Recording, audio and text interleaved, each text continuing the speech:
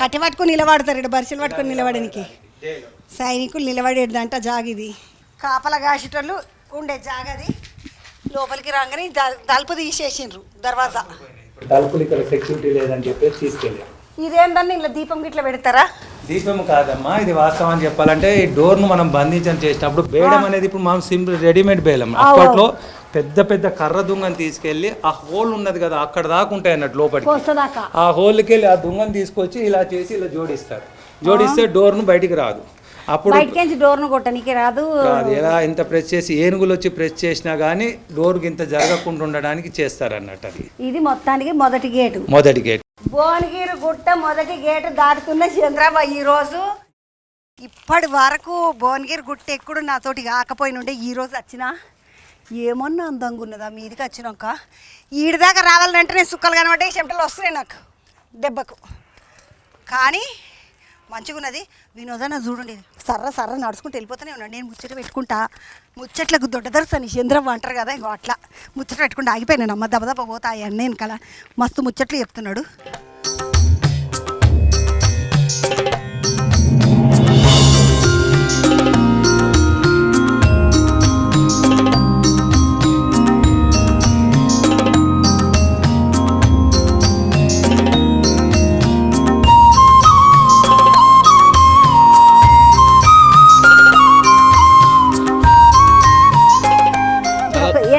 ఎంత పర్సెంట్ ఎక్కినామచ్చు? మీరు ఇంకా 5 to 10% ఎక్కారు, ఇంకా చాలా ఉంది. అమ్మ నీ తోడుగాను ఈ పిల్లగాడు చూడండి అమ్మో ఎంత బాట అన్నాడు. ఇంతకుముందు ఆ వినోదాన్ని 20-30% ఎక్కినాం అన్నాం, నువ్వేమో 5 to 10%. స్టార్టింగ్ లోనే అన్నారు మీరు, ఇంకా స్టార్టింగ్ ద్వారమే, ఇంకా చాలా ఉన్నాయి. ఒకటే ద్వారం ఎక్కినాం, ఇంకా చాలా ఉంది పైన. ఎన్ని ద్వారాలు ఎక్కాలి? ఇంకా 2 ద్వారాలు ఉంటుంది, ఆ తర్వాత ఓపెన్గా ఉంటుంది, ఒక వాక్ ఉంటుంది. కాళ్ళు వస్తున్నాయా? మేము కుర్రోని కాదు, నాకేం అనిపించలేదు. నువ్వేం తరగతి చదువుతున్నావు? 7th class. ఇక 7th class అని ముఖం చూడండి, చెమటలు ఎట్లా చెక్క మెరుస్తున్నాయో. కుర్రాని చెమటలు చూడండి, ఇగో నెత్తి మీద ముద్దుగా వచ్చినాయి చెమటలు. ఎట్లా అనిపించింది బేటా? మంచిగా అనిపించింది. ఏం చదువుతున్నావురా? 7th అన్నావు. ఏం పేరు? రాహుల్. ఏ ఊరోళ్ళు మీరు? జంపల్లి, నాగిరెడ్డిపల్లి. మరి గుట్టెక్కనికి వచ్చిండ్రా ఈరోజు? ఈడ వెళ్ళిన చుట్టాలు భువనగిరిలో? భువనగిరిలోనే ఉంటాం. మీరు ఉండేది భువనగిరి. నువ్వేం చేస్తావు తమ్మి?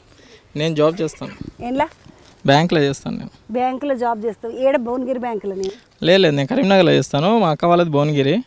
ఈరోజు వీకెండ్ కదా, గుట్టెక్కడానికి వచ్చాం అల్లుడిని తీసుకొని. గుట్టెక్కనికి వచ్చిన మామ. నువ్వు ముందు ఎక్కినవారా? మీ మామ రాకముందు ఎప్పుడన్నా? మా మామతోనే ఎక్కినాం. 5 years బ్యాక్ ఇద్దరం ఎక్కాం, మళ్ళీ ఇప్పుడు తీసుకొచ్చాం. వెళ్దాం అంటే ఈరోజు తీసుకొచ్చాను. మామలు ఉంటే ఇట్లా తీసుకొని వస్తారు, మామలు లేకపోతే ఎట్లా? అయ్యలని తీసుకొని రమ్మంటే అయ్యలని బతిమలాడాలి నా అమ్మ కదరా. నాయనలను అయితే బతిమలాడాలి.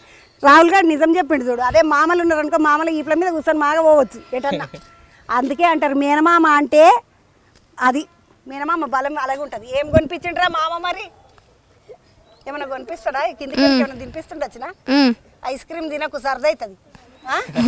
వాడు ఐస్ క్రీమ్ దిగంగానే ఐస్ క్రీమే అడిగాడు.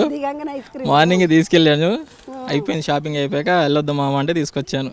మంచిది. ఏం పేరు తమ్మి నీ పేరు? నా పేరు సందీప్.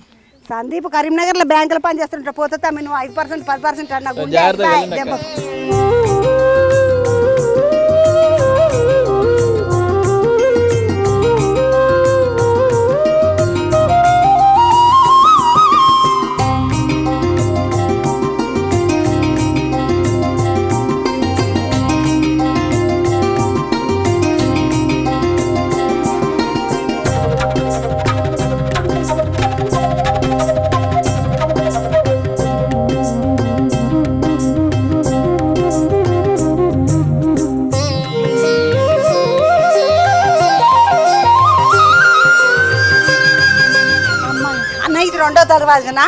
ఇది సెకండ్ వే అంటారమ్మా, 2వ దర్వాజా అంటారు.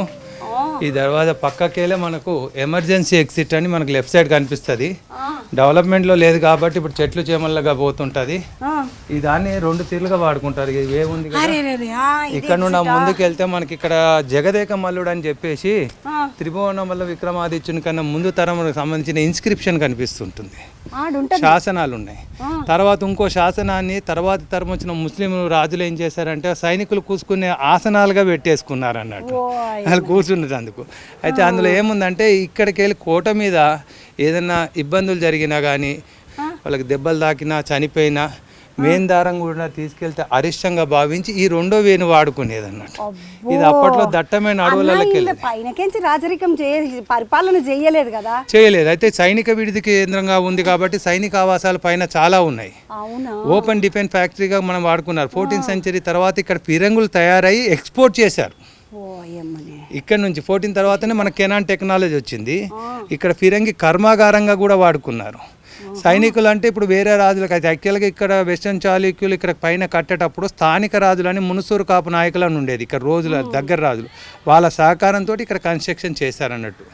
అన్న ఇక్కడ ఉండేది స్థావరమే అయినప్పటికీ ఎవరన్నా యుద్ధానికి ఎవరన్నా వచ్చినా కూడా అంటే రాజులు కదా, మీద రాజు అయి మీద ఉన్నాడంట, భువనగిరి గుట్ట మీద ఉన్నాడంట, అడుగుంటారు వేసేద్దాం అన్నట్టుగా ఉంటుండేనో ఏమో అన్న అప్పట్లో. అయితే అప్పటి వరకు ఏంటంటే వాళ్ళ సర్వ సైన్యాధికారి కేసీఆర్ రసర్ అనే ఆయన ఉండేది వెస్టర్న్ చాళుక్య పీరియడ్లో.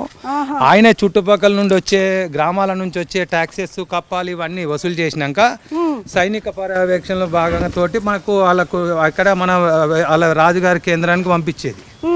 రాజుగారు అప్పుడు ఉన్నప్పుడు ఏం చేశారంటే ఇక్కడ స్థానికంగా ఉన్న టెంపుల్లకే కానీ ధర్మసత్రాలకే కానీ కొంత కప్పాన్ని వాళ్ళకి దారి మరలించినప్పుడు దానికి సంబంధించిన ఇన్స్క్రిప్షన్స్ శాసనాల ద్వారా ఏ రాజుల టైంలో ఎవరెక్కడికి ఇచ్చిరని చెప్పేసి తెలుస్తుంది అన్నట్టు. అలానే భువనగిరి కిలా హిస్టరీ మొత్తం 8 శాసనాలతోటి మనకు తెలుస్తుంది.